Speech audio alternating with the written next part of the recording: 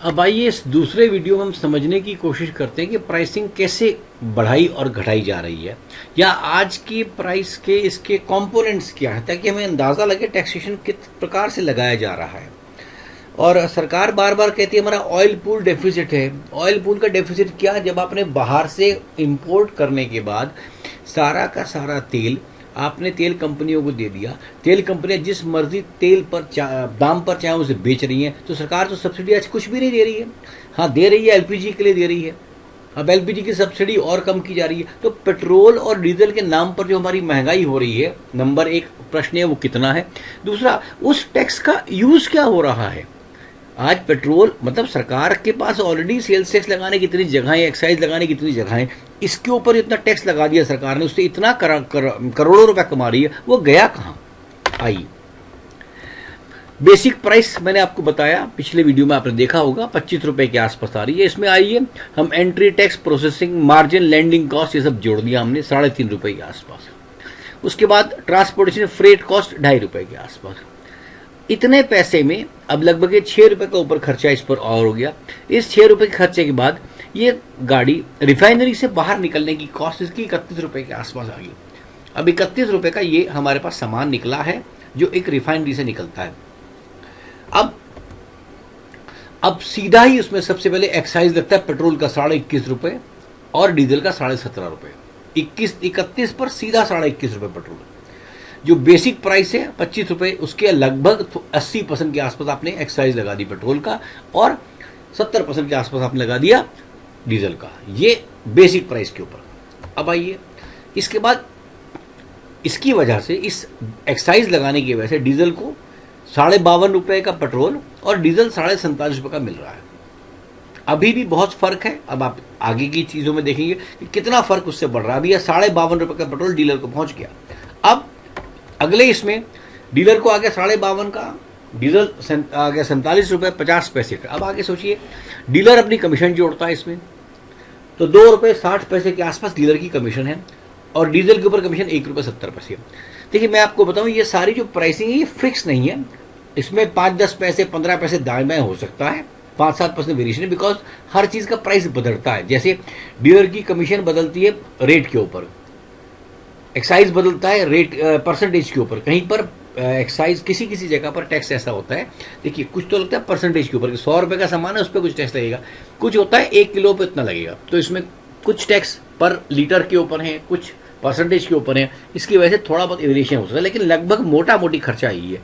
तो डीलर ने 2 रुपए 60 पैसे और कमाना है, डीजल ने 1 रुपए 70 पैसे से कमाना है पेट्रोल के ऊपर। तो इन दोनों को जोड़ करके हमारे पास अभी वैट नहीं लगा। 55 रुपए 10 पैसे का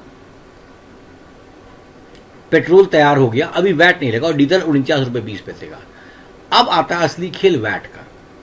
वैट लगता है पेट्रोल के ऊपर 27%, और सेस भी लगता है। फिर वो आजकल लग गया है, वो पॉल्यूशन के चक्कर में सरचार्ज लग गया है।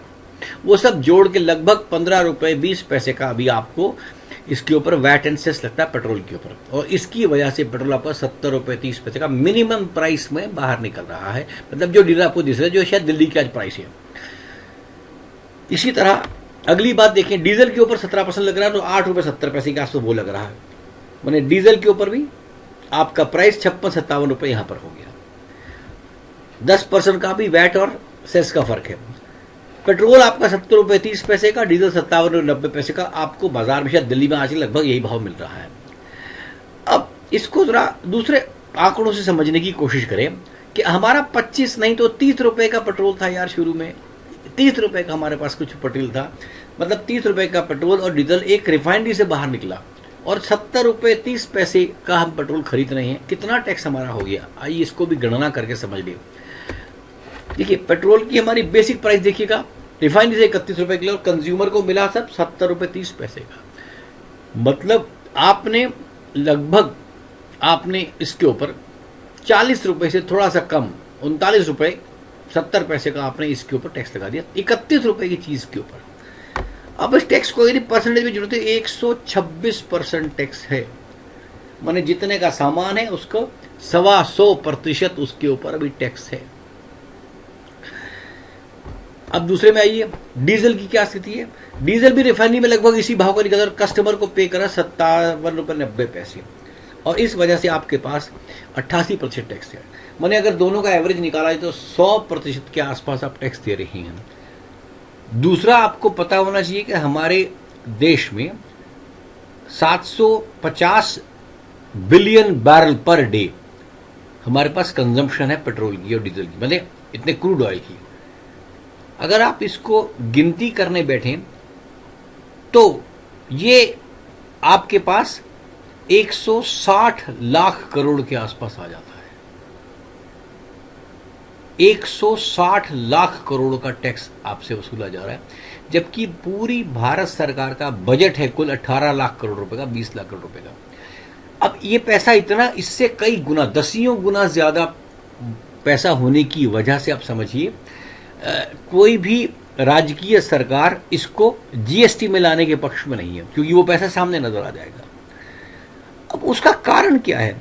दरअसल हमारी सरकारें पहले ही बहुत बड़े राजकोषीय घाटे पे चल रही हैं, तो इतना ज्यादा 60 लाख करोड़ रुपए भारत के ऊपर भी विदेशी कर्जा है। 65 लाख हो गया होगा अब तक, 65 लाख करोड़ रुपया।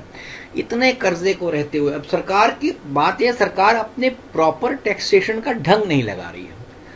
और पेट्रोल प्राइस क्यों लगाने में वो इतनी मतलब बेताब क्यों है, ये भी समझ लीजिए।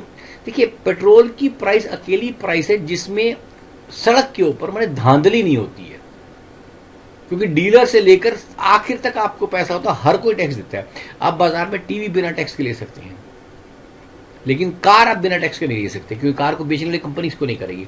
इसी तरह क्योंकि ये क्रूड ऑयल उनको इनवॉइस से मिला हुआ है, इंपोर्ट से मिला हुआ है, तो उसका खाता फिक्स है, तो इस पैसे में टैक्स में गड़बड़ नहीं होती। सरकार इसीलिए इस टैक्स को संभालना चाहती है।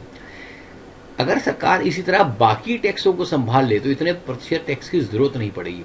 यही अर्थ क्रांति आपको बार बार कहता रहा है कि टैक्स का बेस बनाइए, और दोनों साइड की, माने जब बजट में जा रहा है, जब पैसा फाइनेंसिंग में जा रहा है, उसकी लीकेज को खत्म करने का काम करेगी अर्थ क्रांति। इसलिए अर्थ क्रांति इसलिए बड़ी महत्वपूर्ण है। उसके प्रावधानों को समझें और आसानी से उसको लागू करने के ऊपर हम काम करें। वीडियो सुनने का बहुत बहुत धन्यवाद। और कोई शंका हो मुझसे पूछ सकते हैं। धन्यवाद।